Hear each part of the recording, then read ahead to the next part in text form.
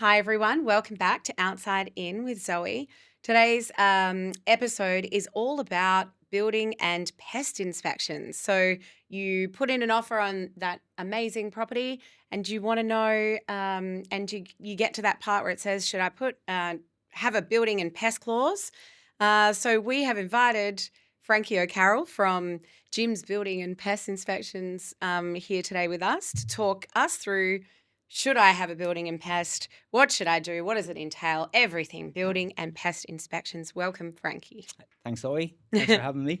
No worries. It's so good to finally get you on here. Yeah, it's been a while in the making. Yeah, it has. It has. I really wanted to do this one because it comes up all the time, all the questions. So, this will be really good and insightful, and hopefully we can help lots of buyers to navigate that building and pest clause and the process itself. So, Yes, absolutely. well, let's get to know you. So, how did you become, and what's your history? How did you become a building and pest inspector? Oh, okay. Right. So I've been in the construction industry for over 25 years. Yeah. I'm a carpenter by trade. Yeah. So back in Ireland, I ran my own carpentry company, built some boutique houses. I've got a good degree in construction management. Wow. That I did in Ireland before moving over here. And then I've had various jobs in construction in Perth. Mm-hmm. But building inspections was something I always kind of wanted to get involved in. Yeah. And just kind of waiting for the right time. So, beginning of 2023, I bought a franchise, got involved, got set up, did all the extra training that was needed, because there's a fair bit of extra training that is needed. And it's been going great since then. Excellent. And tell us a bit about that extra training. Like, not every building inspector would have your level of experience? Am I correct? No, that's correct. You've got a lot of Yeah. I mean, from construction to there. But what is the changeover in terms of extra education required? Different companies will ask you for different things. So there is a prerequisite just to get started, right? And that's generally a Cert 4 in construction and about 5 years experience. Okay. So obviously I have that and I have plenty more as well. Yeah. Then a lot of the training is so that you're compliant for insurance purposes. Yeah. So it's not an easy thing to get professional indemnity insurance as a building inspector. So the insurance companies will ensure that you do the training, do the supervised inspections, and those reports are checked off. It's kind of like going back to school. And it's only when you're covering everything and those reports are up to scratch that the insurance company will give you that tick of approval. Yeah. And it's only then you can operate. Yeah, because I imagine, and I guess we'll get into that, but there's a fair bit of liability on you as a person writing the building and pest inspection report. It's, 100%. A legal document really forms part of the contract. Technically, if we miss something, Yeah. we're liable. Okay. So if somebody employs you to do a building inspection Yeah. and you miss a major defect and they buy that house with that defect, Yeah. that's going to come back to the building inspector. All right, that's a really good segue into our first question. Yeah. So let's talk it through. So you've put in your offer, it's been accepted through your O&A, and the clause in there is, do you want to include a building and pest? Would you recommend doing that? And then maybe talk us through, that part of the contract. 100%. Yes. Obviously, as a building inspector, I'm going to say 100%. But Yes. certainly, you need to have your building and timber pest inspection. Yeah. A lot of people in Perth especially will tell you, you don't need building, you just need the timber pest. Yeah. But it's not a huge expense when you're looking at the cost of actually buying that property. Yeah. You really do need to know that you're going to buy a property that is going to stand the test of time. Yeah. There's no major defects present. Mm-hmm. And obviously, with timber pests, you want to make sure that property is clear. Obviously, timber pests takes in more than just termites, but it is termites that everyone is really concerned with. Yes. So it's imperative that the inspection is carried out, and that when you take possession of that property, that you've got a sound building. Yes. Okay. So let's talk us through. So we've gone, yes, I'm going to have a building and pest report. Yep. You then put in a clause, I think it's like 7 days from unconditional, that they complete the building and pest or whatever those terms are. Generally 7 days. Yeah. Which is a short. For you, yes. Yes. You've got to manage lots of last minute appointments. Yeah. And a lot of people they'll get their 7 days and then they'll start shopping around on day 5 and then they'll call you on day 2 and say, I need it done by tomorrow. Yeah. So, yes, where possible, we do try to fit everybody in. But obviously, the more organized you are, if you can already engage your building inspector before your finance is through, Yeah. and have them tipped off, hey, look, it's probably going to come through Around in this. 2 or 3 weeks' time, Yeah. at least. Yeah, as soon as it comes in, then we can book you in for the next available. Yeah. And that's what I always do, because at least then I know we're sort of covered for that week. And it's good. Yeah. And it might even be a bit delayed, but that's okay with you guys, right? Yeah, totally. All right, perfect. So next step, I've now engaged you. You go to the property and you just go on your own, right? Yes. Yep. So a lot of building inspectors just do the structural building inspection, Mm-hmm. and then you need a separate pest controller to come in and do the pest inspection. Yeah. Some guys work that way. It makes more sense if your building inspector is qualified to do building and pest. Mm-hmm. The real estate agents prefer it. It's easier for the client. You're just dealing with one person. Yeah. So yeah, I do both. So we'll arrive. The thing to remember is it's a structural building inspection. Yeah. In WA, it's a structural building inspection. In Yes. other parts of Australia, they do more comprehensive inspection. Okay. And that can cause a little bit of confusion with some people. Well, Eastern States investors specifically. Eastern States probably, investors, yeah. So it's really important, I suppose, from even before we go to the property, Mhm. that client expectations are set and they know exactly what it is that we do. Mm-hmm. The REWOC contract here is Appendix A of the Australian standard, Mm-hmm. right? And that is just for the structure. We're not actually supposed to report on other elements that aren't structural. Mm-hmm. And then that becomes confusing as well, right? Because we have a duty of care to our clients that we need to report on minor defects if we see them. Yeah. So the REWOC contract only cares about the structural. The client wants a little bit of a bigger picture. Yes. So we try to offer that, give the full building inspection on the structure, list minor defects. And again, it's not every single little, if there's a loose door handle, we're not going to mention that because it's a very small That's a little maintenance maintenance thing, issue, right? Yeah. But bigger maintenance issues that are likely to cost the client a fair bit of Example? money. Rusted guttering. You know, Yes. there's one that we see on older properties all the time. I had to do that one, and my building inspector didn't pick that one up. And do you know what? I learned how to change gutters. It was the worst thing I learned how to do, and probably the only time I'm ever going to have to change them. And now I reckon I'm going to check gutters on a place before I buy it. Yeah. So I mean that can be pretty costly. Yes. And if, like, for some people, if they're buying their first property, they may be at the max of their budget when they're buying the house. Yeah.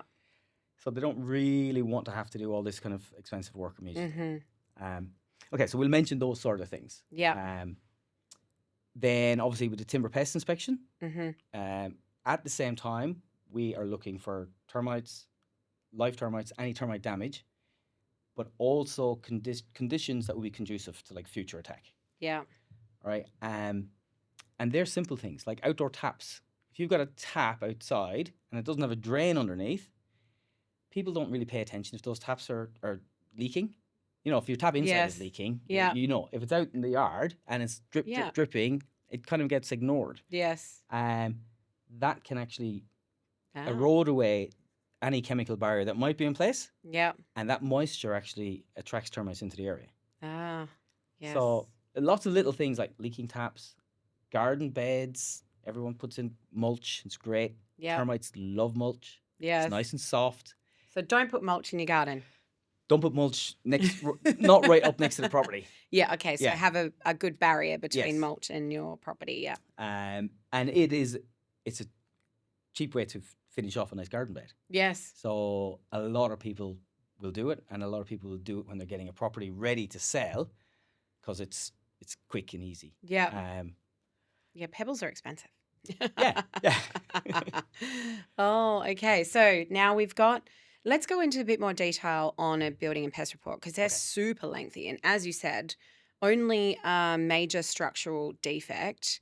So when you put in your contract, if it's subject to building and pest and conditional upon building and pest inspection, only a major structural issue will be something that could prevent the contract from moving forward. However, that I guess is pretty rare. And what happens if there is a major structural defect? We're going to be really good at saying that tonight. Okay, so if if we find a major structural defect, Mm-hmm. right, it's first of all the big thing is for us to call it. Yeah. Is it a major structural defect? Yes. Could this have just been a maintenance issue? Yeah. Major structural defects, like the actual structural elements of the property. Yeah. You're looking at the floor, the walls, the main roofing timbers. Yeah. People get a shock when they realize, your ceiling linings are not part of the structure. Oh. Your roof cover is not part of the structure. Okay. So really, it's the rafters in the roof. Yeah. Your ceiling joists. Yeah. The walls, the floor. Okay. These are the main elements. So if ceilings are falling down, yes, it might be a major defect that needs immediate rectification, but it's not a major structural defect. Oh, yes. Okay, that's good. Yeah. Yeah. So calling it right. Yeah. Once it's highlighted, the seller will have the opportunity to rectify that defect. Yeah. And a Right. lot of the time they can, right? And it's like there's some that are quite cheap because I had a client recently and it was just the building code had changed and they needed to put some extra beams in their roof. Yeah. So that was, I think it was like $400 or something to fix it. A lot of the time, it can be a very quick fix. Yes. I seen one last week where a rafter had split. Mm-hmm. The majority of the rafter was still sound, but one section of it had just split off the side. Yeah. There had been a leak in the aircon unit in the roof. Mm-hmm. Be running down that rafter and split off. Now, to replace that rafter was pretty decent job to do. Yeah. But it didn't all need to be replaced. Yeah. So we will highlight the defect and then refer it on to a specialist. So in this case, I highlight the defect. This rafter's defective. Yeah. You need to speak to a roof carpenter. The roof carpenter was able to reinforce the rafter with basically another rafter on the side, all bolted together, solid, secure, done. Okay. Probably 2 hours work. Yep. Probably $400. Yeah. So don't freak out if you see major. Don't freak out. That's the thing. Don't freak out if you see major. It sounds bad, doesn't it? Yes. Major structural defect. And it's written in big red writing on the top of my report. And it has Major to be for structural you. Yeah, major structural defect. But I guess, like part of our job as well is to kind of foster that relationship between the seller and the buyer and the settlement agents and the real estate agent. And when we do call a major structural defect, it's like highlight it and then sort of explain. Keep your heads, everybody. It's easy to fix. Speak to a roofing carpenter. Yeah. And do you ever provide that, as somebody that they can speak to, like as well, just to make it easier, or do they have to do that on their own? No. People will ask. Yeah. I mean, if the seller or the buyer needs a tradesperson or needs help or assistance, I will point them in the direction. Yeah. But it's just that I'll make an introduction. Yeah. And then it's up to them. Yeah. I don't want any conflict of interest there where. Yeah, absolutely. I have heard stories in the past of building inspectors highlighting defects and then recommending their own sort of maintenance company to come back and fix them. No. And that's pretty muddy waters. Yeah. I'll refer them on to other trusted trades and professionals that I know. Yeah. And then I'll just leave them work it out between themselves. So we don't really get involved too much. We'll get to Tales of the Field, which will be like the worst of the worst stories at the end, I think, because that's always fun. But so major structural defect, don't freak out. Don't freak out. Yeah. Yeah. There's a way to negotiate it. And I guess the worst of the worst would be that the seller doesn't want to fix it, in which case then the contract could fall through. Yes. But that's very, very rare. It is very rare. Yeah, because they're going to have to fix it because either now if that or contract later. falls through, it's going to be picked up on the next one. Yes. In some cases, depending on personal situations, the seller may not want to fix it. Yeah. But then the buyer can negotiate with the real estate agent. Yes. If they estimate it's going to cost $5,000 to fix this, they might just say, look, we'll take $6,000 or $7,000 off the property price. Yeah. And you just get it done in your own time. Yeah. That's okay. I've done my job by highlighting it. Yeah. And if they can negotiate with the seller, that's fine. In most cases, the seller will want it fixed. Yeah, and they'll probably want to do it to, know what it's costing and blah, blah, blah, and that they've met their requirement. So, Excellent. All right. So that's major structural defects. Major structural Yeah. defects. Now, the minor defects, let's go into them because I think there can be a blurred line between what is major, what is, whatever, and what is a maintenance issue, which is not part of the contract. Yeah. So there could be some quite bigger items that are minor structural defects that come up. Yes. That is not the responsibility of the seller to fix. Is that right? Yeah. Like, talk us through that and what they So- could be. We'll have major defect, Yeah. right. Major defect. which basically Oh, yeah. I forgot about the major defect. so which basically is it's in a condition that is going to cause unsafe conditions. Yeah. It's going to further deteriorate or loss of utility. So Yeah. it's not going to do the job it's designed to do. Yeah. So that's a major defect. Now, it's a major structural defect if that applies to a structural element. Yeah. Anything apart from that is a minor defect. Okay. Okay. Okay. So yeah, it does get a bit confusing, and it Yeah. gets confusing for buyers, and this is Yes. why we need to try. That's what Help them this through is it. for today. Yeah. Like to talk people through it. You want to know about building and pests? Here you go. We've got Yes. Frankie. So you can have a minor defect, and we see really often Yeah. showers leaking. Yes. Okay, but showers leaking just water escaping through the grout. Yeah. Okay, so this is a maintenance thing. The grout hasn't been resealed in years. Maybe the silicone seal between the wall tile and the floor tile is gone, Mhm. and it's just a little bit of water leaching out there. Yeah. Can be simple. It might just be silicone. Yeah. Okay, again, we'll see this. We'll take moisture readings on the wall. Yeah. Sometimes you'll see plaster and paint damage. Sometimes you won't see anything. So we use moisture meter, take those readings, highlight it to the client, and just let them know, hey, you just get someone to take a look at this before it becomes a problem. Yeah. Other times, that same thing will have been left for years. Oh, yes. And when we get there, the bottom of the door frame is rusted. The paint and the plaster is falling off the wall outside. Wow. So then it's sort of like, okay, now it's not really minor because it's caused further deterioration to the property. Yeah. The door frame has lost utility. It's not really a door frame anymore. It's just Yeah. a piece of rusted metal. So that becomes a major defect, but it's a major non-structural defect. Yes. Okay. Yeah. Well, it's kind of like getting a maintenance list of items on your Yes. huge purchase that you've just made. Yeah, Like- yeah. And then like common minor defects, hairline cracking, settlement cracks. Yeah.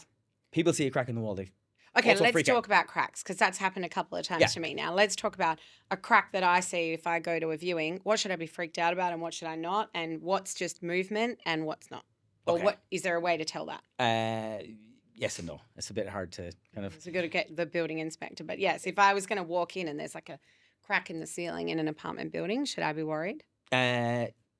Yes and no. Okay. So you'll see cracks in ceilings. Yeah. Okay. The main thing to kind of look at with ceilings, if there's one crack, it might just be along the line between two gyprock Yeah. sheets. Mhm. Okay. No big deal. Bit of filler. Fine. If you see multiple cracks, and especially in an older property, Mhm. you could be looking at the ceiling is actually sagging. Yeah. And it's hard to see when you're looking up at it. Yeah. So obviously, I'll be on a ladder. I'll be looking across the ceiling, and you Yeah. can see Big bellies. dips and Yeah. stuff. Yeah. So again, the ceiling lining is not a structural element of the property. So No. the seller, even if this is sagging really, really badly, the seller doesn't have to fix it. No. But that's probably something that would be raised as a major defect that could create unsafe conditions. And the buyer is probably going to need to get that fixed straight away or Yeah. risk the ceiling collapsing. Yes. So these are the kind of things you want to look out for because that can be thousands of dollars. That can be getting Yes. into pretty expensive. So those cracks might just be a little bit of movement, needs to be investigated further. Yeah. We'll see cracks on walls all the time. Yeah. Cracks along between Brick the wall and the line. coving. Yeah. Right? That's just really common. Yeah. Really, really common, even in relatively new houses. Mhm. It's just a little bit of differential movement. It's just a little That's fine. fill and repaint thing. Yeah. Obviously, once you're getting bigger cracks, especially around window and door openings, and depending on how wide they are, they're all different categories. Mhm. So that's where we need to measure them.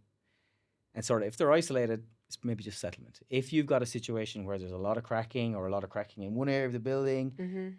now you've got a problem potentially of subsidence in the footings in that area.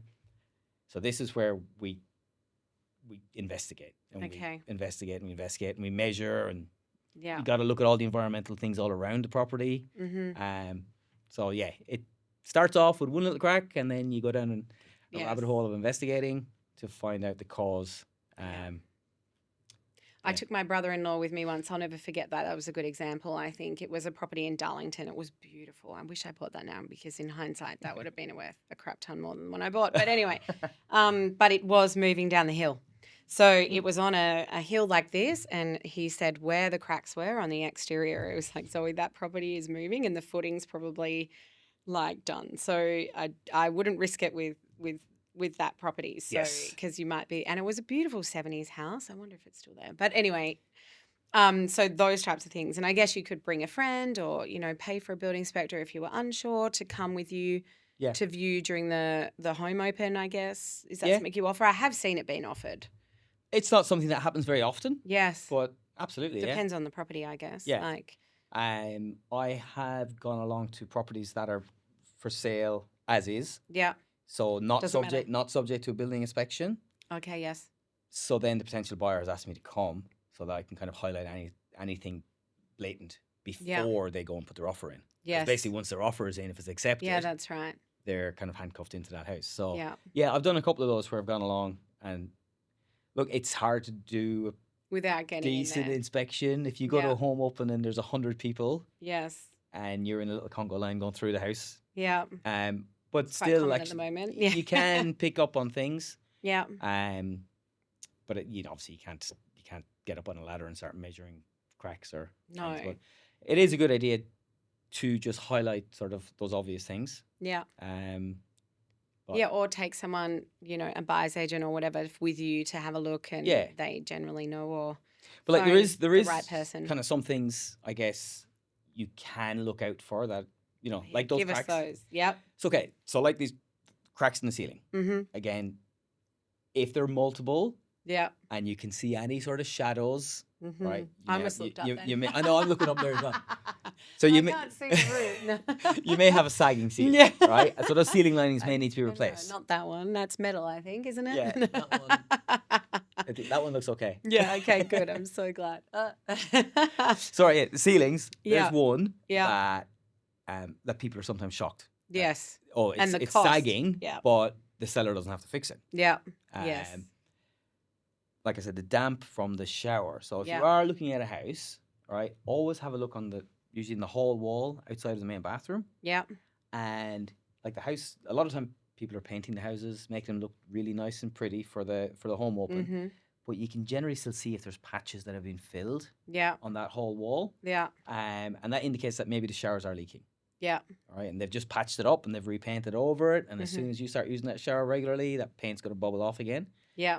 And I guess checking outside along the eaves is really good. Again, people will paint the eaves and you rock up and it's like, oh, it's nice and white and looks great. Mm-hmm. Take a closer look to see if they've just painted over damaged paint. Yeah. And then that might indicate that the gutters have been leaking. Yeah. So, checking the eaves. And you go, they've repainted that. It looks a bit rough. Then you check the gutters and you think, there's little rust holes all through the gutters. Yeah. And if you can see the little holes on the outside, chances They're are all on the the way inside, through. the gutters are being eaten through. Wow, we took ours out and there was nothing left at the bottom. Like it was sitting on the like I was gobsmacked. But yes, anyway, I've learnt my lesson with gutters. So okay, that's Frankie's top 3 really. So there's sorry, Top we jumped 3. the gun. No, top that's 3 good. already. I like it. Let's just say there's the top 3. It's the check for a couple of ceiling cracks, the eaves, make sure they've been painted over, and that shower leaking, and see if you can see that it's been painted over. I love that. Yeah. So good. All right. I've Top got 3. that. Yeah, top 3. I like it. All right. So we've gone there. We've done the building and pest. Now we're all the way through, really, which is great. Now let's do your tales from the, well, we call it, tales from the road, I guess. Yeah. What is your the creakiest story, I guess, that you have from a building and pest inspection that you've done? Okay. So you mentioned cracks. Yeah. And again, cracks can be a millimeter or cracks can be Big. huge. Yeah.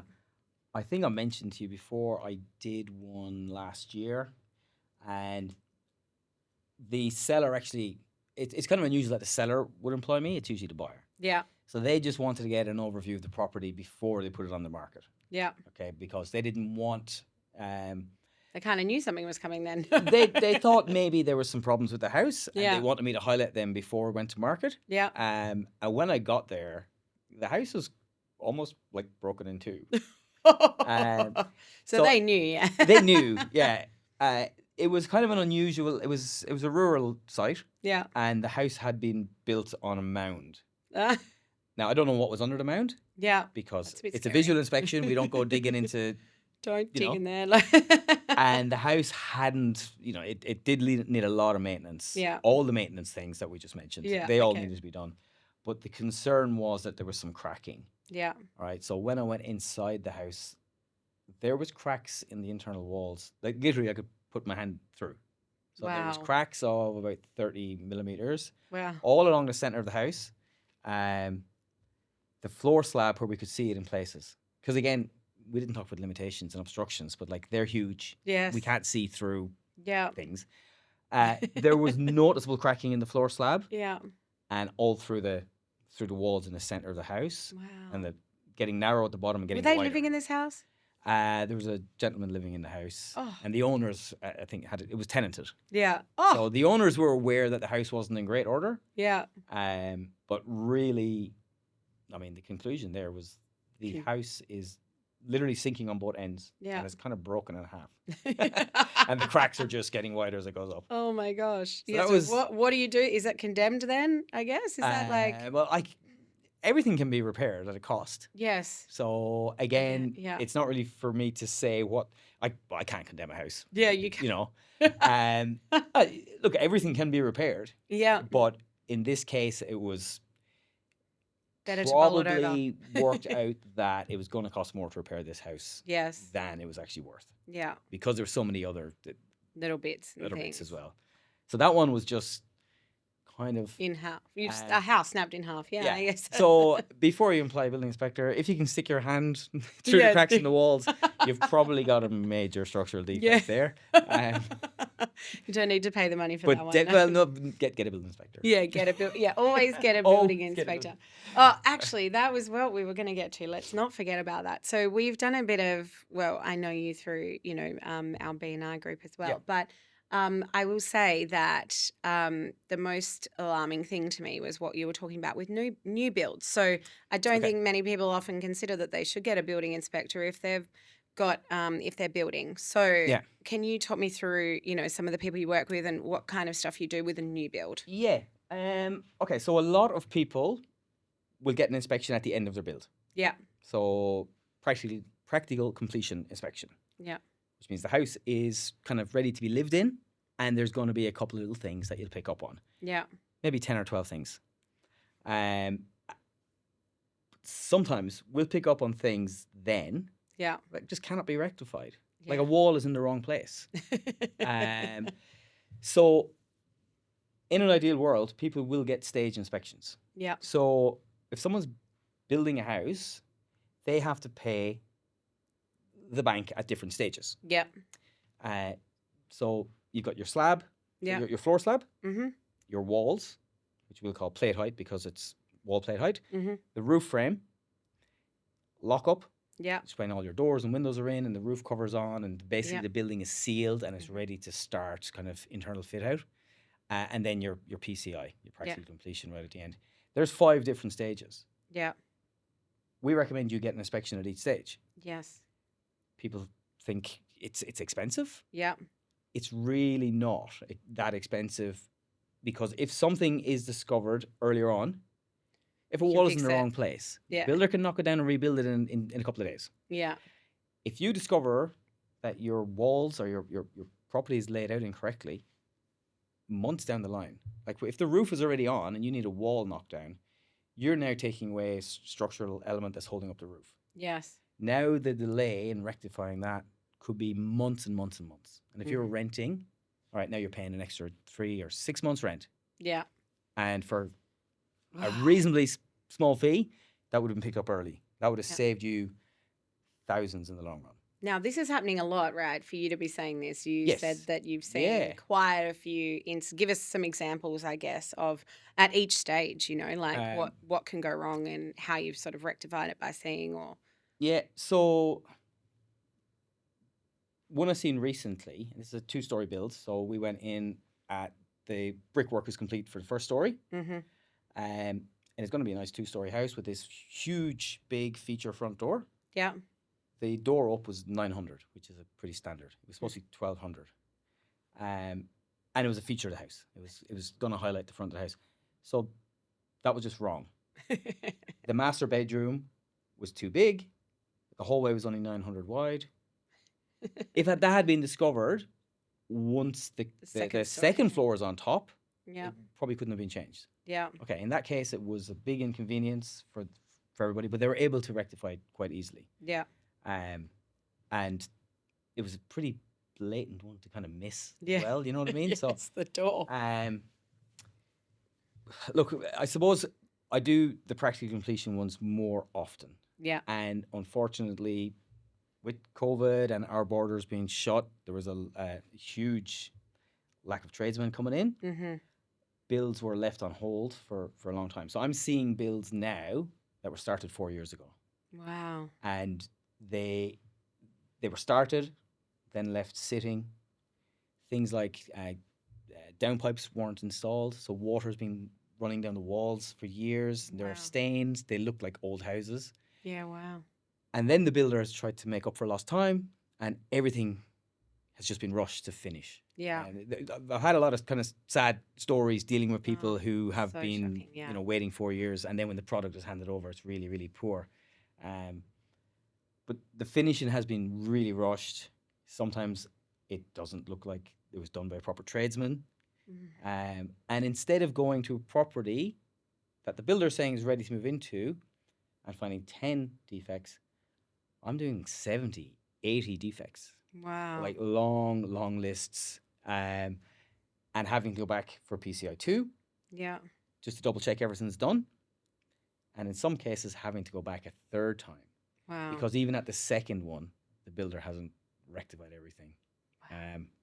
So Yeah. they're shocking, some of them out there, and it's kind of across the board. Yeah. So advice for people if they are doing a house and land package, because there is another couple of builders I saw that went bankrupt this week. So I guess if I was considering a house and land package, like what I guess do your due diligence on the company, but you just can't be sure these days. And then some of the top companies have gone bust, unfortunately. Yeah. So that's just hard. Aussie as well, I saw. Yeah, So, they've been around for a very long time. And they're pretty high end. Yeah.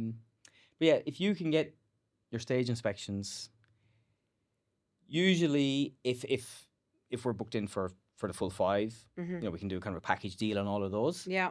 And you're only paying at each stage as well. Yeah. Right, so you're not Good paying peace a of big mind. chunk of money for the entire package. You're paying at each stage. It's really beneficial.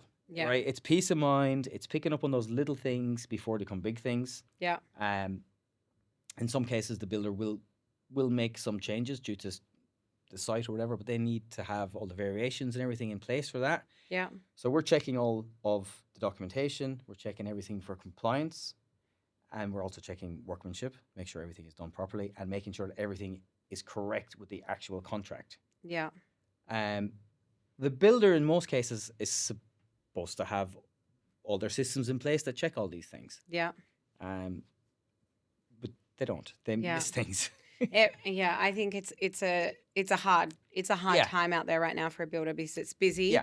There is that backlog that's still, coming up, and some things are being missed. So I guess the best thing you can do on your side as a buyer, or is to make sure that you have peace of mind at all those stages. 100%. I do properties, especially some of these ones that have been going on for 4 years. Yeah. And the supervisor I meet at the last inspection is sometimes like number 7 or number 8 that's been on that build. Yeah. And as much as he's trying to deliver the product to the best of his ability, he's got defects that have existed for years. He's got pressure from the head office saying, we need to get this one signed off and we need to get our final payment. Yeah. And he's kind of stuck in the middle. And I do feel sorry for these guys because they are trying, but they've inherited all of these defects. Yeah. and they don't necessarily have the budget to fix them all. Yeah. And if you don't get a building inspector in to document every single thing, Yeah. you're most likely going to get the wool pulled over your eyes, Yes. and you're just going to end up living with some of these defects. They're Yeah. not going to get done. And we don't want that for anyone. No, No. no. But again, getting all the stages done at the time Yeah. stops then a massive build-up of them arriving at the end. Yeah. Perfect. Yeah. Perfect. Well, I guess let's finish on one last funny story. Okay, this one's going to be funny. You must have one funny story. Oh, I wish. Building inspection's not very funny. No, I It's guess very you're doing it on serious. your own. Have you ever been stuck in a roof or like couldn't get in somewhere or something funny? Might not be funny to everyone. Funny. Oh, you got me on funny. I Okay, know, what's it's the not- hardest roof you've ever like had to get into or all right, so subfloors. This is Oh. not funny. okay. This is, See, not funny. Yes, you're not not funny. funny. Okay, I'm serious Um, face. but yeah, as part of our inspection, Mhm. like where we can, obviously there is limitations. We can only fit in certain places, and it's sometimes only safe to go so far under a building. Yeah. You can't, get an easy escape route. But escape route. See, See, it was funny. did an inspection recently, and I'm crawling along, and some of the guys are something with snakes, and I mean, Oh, yeah, no. I didn't meet a snake. Okay, good. No, Okay, good. but rodents. oh, Like lots of lots of rodents. rodents. Okay. And sometimes in various states of decay as well, because Oh, people will yuck. the homeowner will just chuck some rat poison into the Yeah. into the Oh, subfloor, not no. get a proper pest controller in to do the job properly. Yeah. Yeah. Just chuck some in, and then we arrived to our inspection, and there was a few little petrified rats, kind of little beady eyes staring at you when you come around the corner. Okay. Oh, no.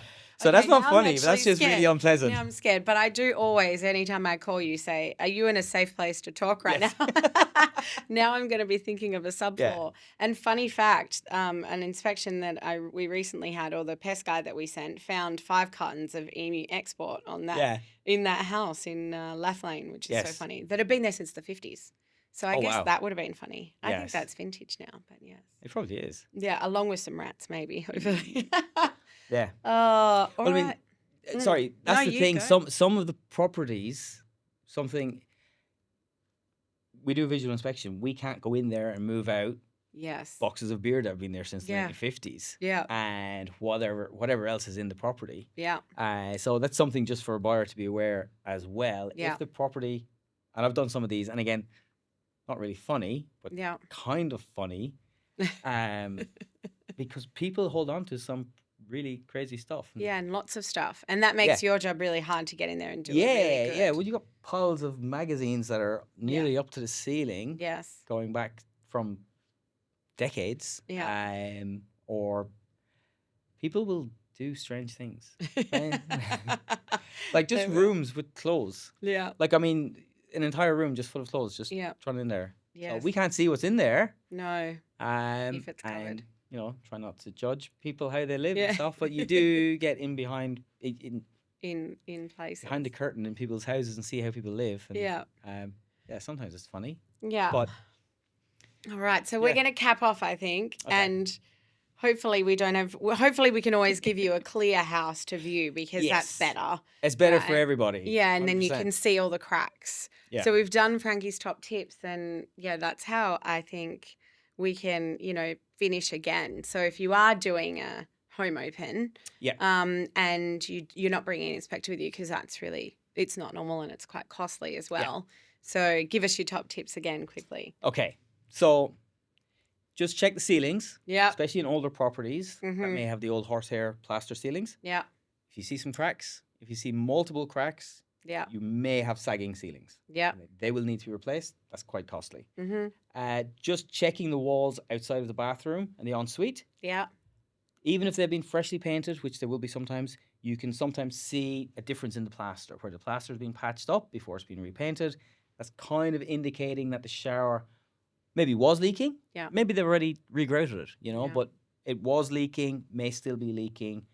That's another one. Not hugely costly, but it's another thing you're going to need to get fix kind of straight away. Yeah. And then one that can work out pretty expensive if you rock up and all the eaves are beautiful and they're nice fresh white paint. Just take a closer look to see have they painted over paint damage essentially. So that's indicating that possibly they were water damaged. Your gutters might be leaking. So have a look, see if there's any rust spots on the gutters. Yeah. Because if you can see the rust on the outside, chances are the gutters are eaten through. Excellent. Thank you, Frankie. And always get a building and pest. Always get a building and pest inspector. Yeah. Call your local building and pest inspector. And perhaps the best way to choose one is to maybe ask what kind of experience they have as well. Like, because your experience is incredibly beneficial. But if they've, obviously I would want somebody with your wealth of knowledge to be doing my building and pest inspections for that, because you can look beyond what you have been taught to what you know from your construction That's background. the thing. If you are looking at building and pests, ask them what their skills and experience is. Yeah. You know what I mean? Building inspectors do come from a diverse background. Yes. So no building inspector should be worried about telling you what qualifies them to do the job. Yeah. They should be able to boast about how qualified they are. Yeah.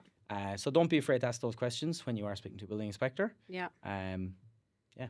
Awesome. And last but not least, don't freak out about major structural defects. Don't freak out. But your building inspector, again, should follow up. So if you get your report and it says major structural defect, you should be able to pick up the phone, speak to your building inspector, and he can have them walk you explain it to you. It should be written very clearly for a start, but people don't read. People see major defect and they freak out. Yeah, so your building inspector should be available to follow up afterwards and talk through the whole report just to put your mind at ease. Yeah. Awesome. Thank you so much, Frankie, for making the time. I know how busy you are. No, this has been fun. I was a bit nervous about coming down and how do you feel now? I know, but it's the bright lights are good because you can't see anything behind, but it was good. You feel good? I feel good. Okay, no, this has been great. Thank you very much. Thanks for inviting me down. Thanks, Frankie.